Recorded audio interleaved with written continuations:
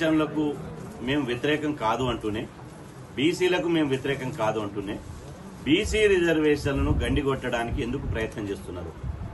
BC సమాజం తరతరాలుగా తాత ముత్తాతల నుండి ఇలా ఈ సమాజానికి సేవ చేసింది. ఇప్పుడు 60% జనాభా ఉన్నటువంటి బీసీలు కేవలం 42%కే పరిమితమై బీసీ రిజర్వేషన్లు మాకు కావాలని స్వాతంత్రం వచ్చిన 79 సంవత్సరాల తర్వాత ఇవాళ కొట్లాడితే 42% రిజర్వేషన్లు వచ్చినాయి. ఇది ఉన్న పరంగా రాత్రికి రాత్రి రాలే.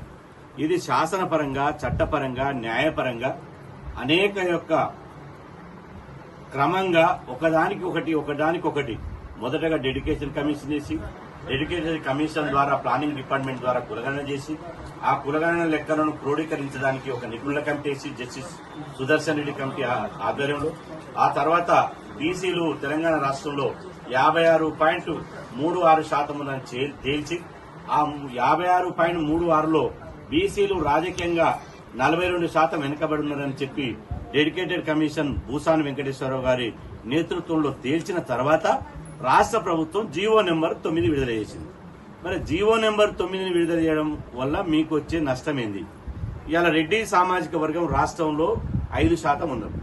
5% ఉన్న రెడ్డి సామాజిక వర్గం వాళ్ళు విద్యా, ఉద్యోగ, రాజకీయ రంగంలో 90% ఫలితాలు, పదవులు అనుభవిస్తున్నారు.